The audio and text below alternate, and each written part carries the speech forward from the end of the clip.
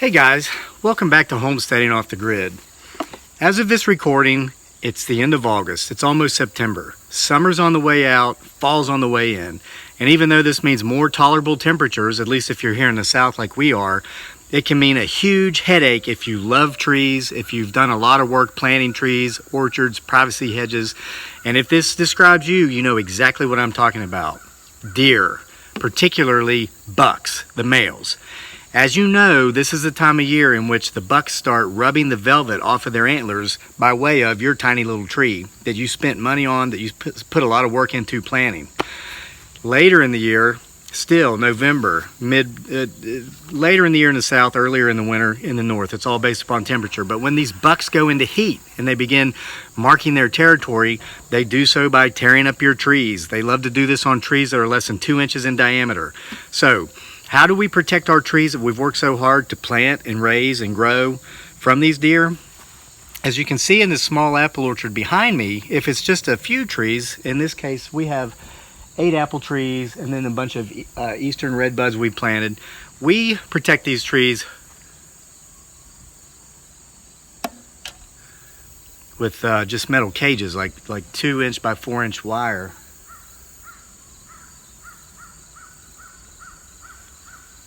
Okay, so we set up metal cages, wires, but down along our road frontage here where we have successfully been growing a privacy hedge over the last few years, we have about 100 Leland cypresses and maybe 200 eastern red. Hold on.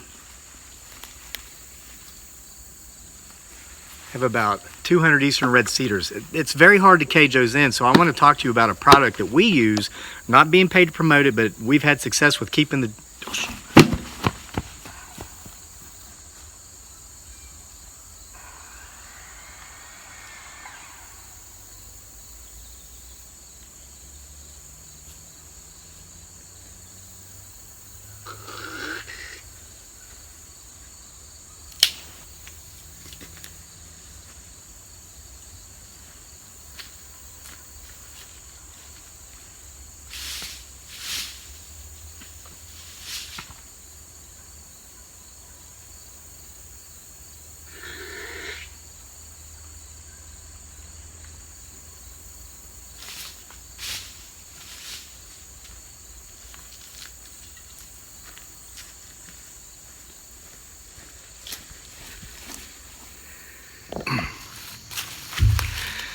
Hey guys, welcome back to Homesteading Off the Grid. As of this recording, it's Indian summer. Late August, almost September, fall's quickly coming, and you know what that means? That means if you live anywhere in the Appalachian Mountains, from Georgia all the way up to Maine, you get to enjoy, potentially, if you can find it, one of the most delicious tropical fruits anywhere in the world. That's right, as you know.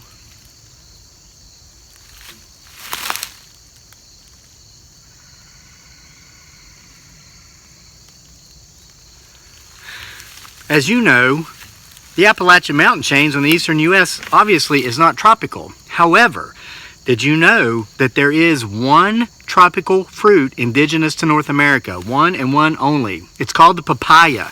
It's also known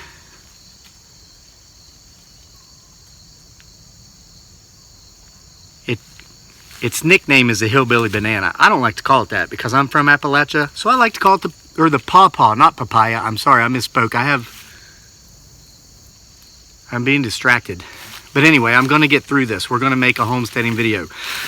I want to show you what the beautiful leaves of the pawpaw tree looks like. Okay, and I'm going to take you with me on a hike through the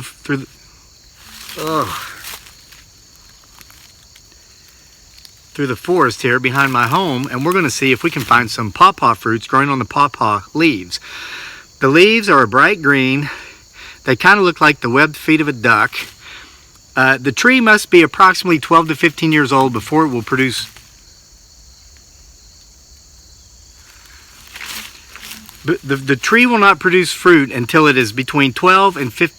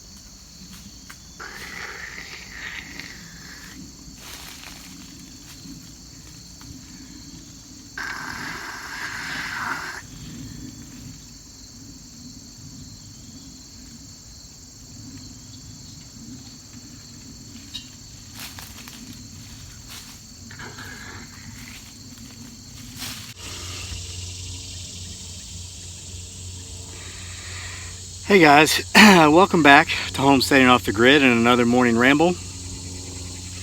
I haven't done one of these in about 9 months, but I wanted to share with you today the meaning of life. And it's just 2 words. And no, I'm not making this up. This was taught to me by a Buddhist monk who'd lived on top of a mountain in seclusion for 20 years. A man that I met and spent 6 months with when I lived in Asia for 6 years.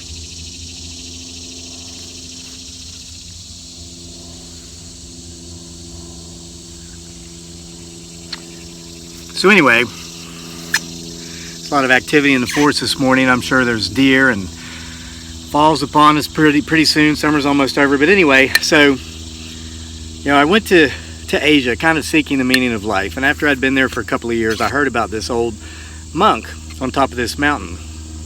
So I spent 2 weeks getting to the top of this mountain. Finally met up with him, and he informed me that in 20 years I was only the 3rd person to make it to the top of that mountain.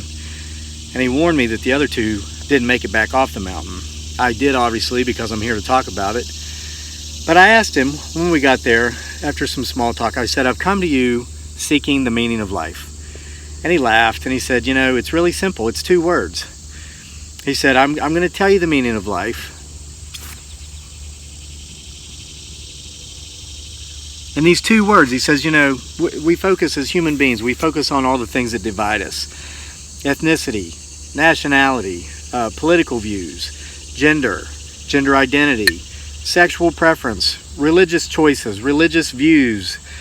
And he says, when I tell you these 2 words, you're going to see that there is but one race. That's a human race. And you'll see that these 2 words can, if we would just, as a people of the world, adopt these 2 words, take them to heart, it would end all wars. It would create an everlasting peace. We would all have inner peace. We wouldn't focus on so many of the things that make so many people one-dimensional.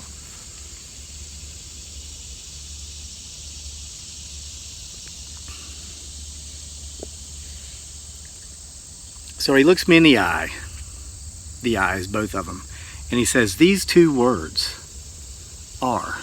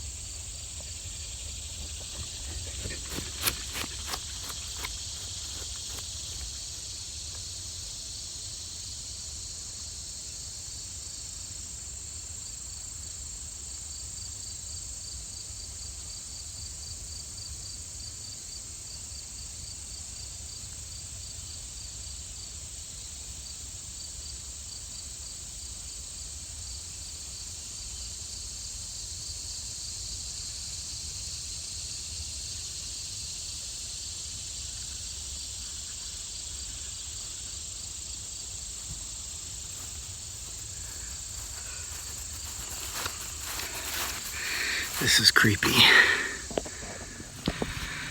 Hey guys, welcome back to Homesteading Off the Grid.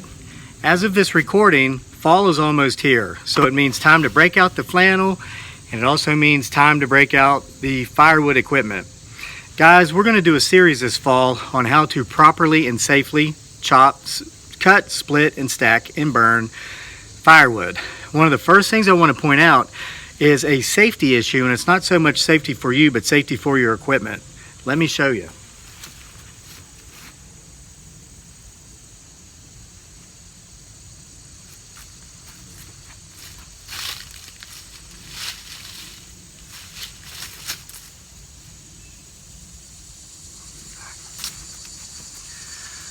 Okay guys, as you know, those of you who chop your own firewood, this is a splitting axe, this is a splitting maul. Make sure you know the difference and treat each accordingly, okay? Here's an admission I have.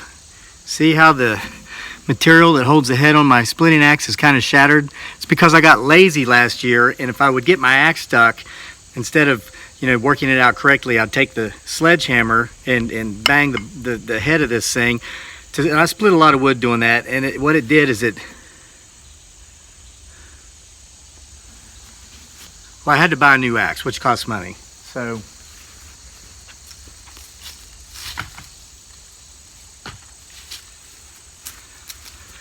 here's the new one, and as you can see, it's in perfect working order. Now that, that's $35 I wouldn't have had to spend if I hadn't been lazy. And then with the other axe, since the head is loose, if I were to be swinging it and there were people around, that thing could fly off at any time and hurt somebody, or it could hurt me. So safety for your equipment will lead to safe. Oh my God.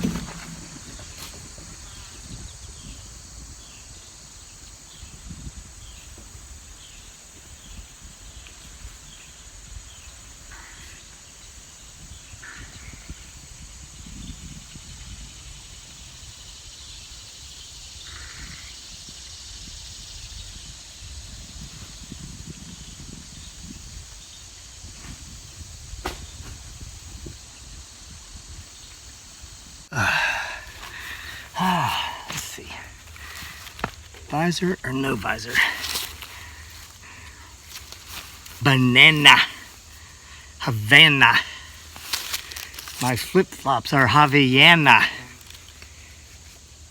A-E-I-O-U. A-E-I-O-U.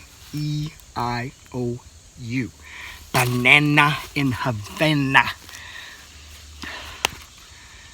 Shangri-la-la-la-la-la. We don't need that. Okay.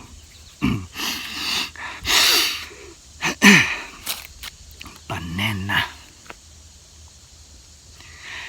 Hey guys, welcome back to Homesteading Off the Grid. Most people didn't know that you can grow banana trees in Virginia. However,